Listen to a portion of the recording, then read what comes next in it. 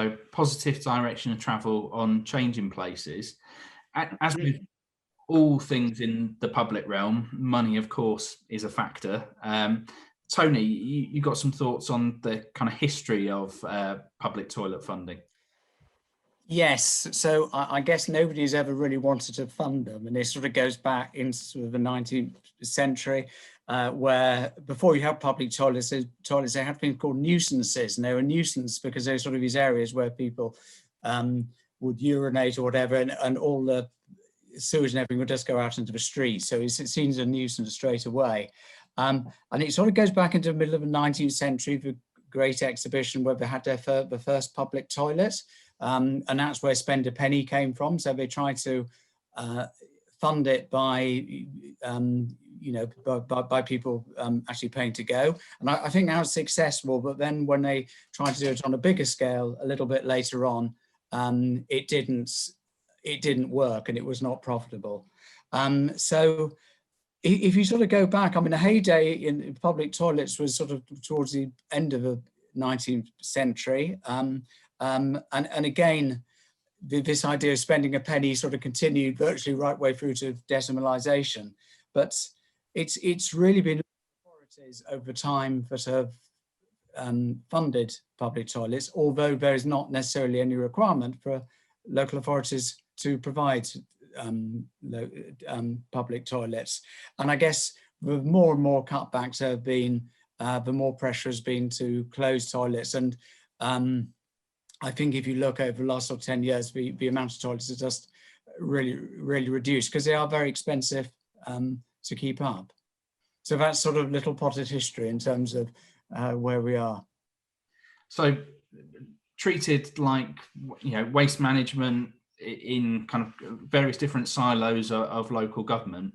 Rich, you feel that we need to shift the paradigm, don't you? And that we need to start thinking about public toilets as infrastructure.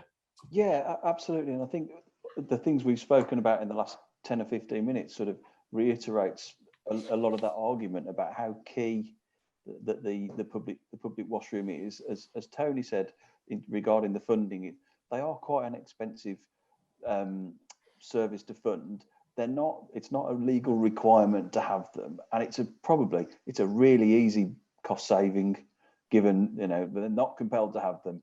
They're quite expensive. I know. Let's cut them. But what I believe there isn't an awareness of, and what we're hopefully through this and other mediums that we can do, is to actually demonstrate how the public washroom is a key element of the infrastructure of the community within the towns and within the economy. As we spoke earlier, it is around footfall into the local high street is encouraged through having that washroom, and we believe there's a big disconnect between the understanding of the washroom and its cost and the benefit that it brings to the local community, the local town, the local environment, even from whether it be footfall into the town centres or health and well-being of people going to parks and things like that. And similar, I think I might have mentioned this before, but my two sons play football, and even before lockdown, mums are turning up first thing in the morning, or dads and things, and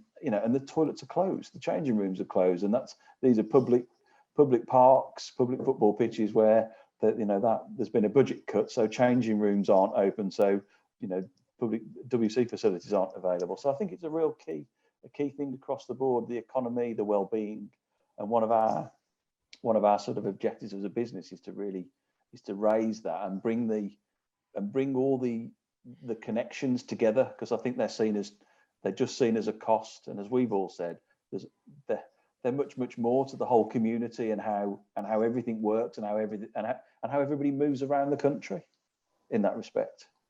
And you probably should add in there tourism as well. We're doing a lot of work with Scotland and Wales and whatever at the moment, and they're expecting to see a 60% or more rise in staycations and people coming and visiting. And once this border comes down and people pour into Wales or across the borders, whatever, where are they going to go to the toilet? Where are they going to stay? And if they can't spend time in the towns, they need to go to the toilet. They're going to get up and leave and take their money with them. And this is where toilets have a massive economic factor. They have a massive influence on local economies. Yeah, I totally agree, Roman. I think one of our biggest things when we talk about infrastructure is just how they're connected to everything, and by breaking that one link in the chain can have quite a considerable impact on the local community and the economy. And there's a massive thing as well, because we've got lorry drivers flying up and down the country, delivering essential goods, foods and stuff to pharmacies and all that sort of stuff. And these guys are 5-6 hours in the cab. And 17% of the lorry drivers are women at this point in time. So where do they go to the toilets? So the toilets are all closed. You're now adding an extra dimension where you have people traveling at speed with retaining bodily fluids and whatever sort of stuff, and the potential to become dizzy or disorientated. That's a danger on the roads. So we've already been speaking to Crime Stoppers and the police and such like about, the problem of not only that, but mobile phones, people looking at their phones to see where the nearest toilet is. So things like Tom's doing with the mapping is fantastic, whatever, because there's a whole range of issues all in behind here, and toilets are a part of our everyday life.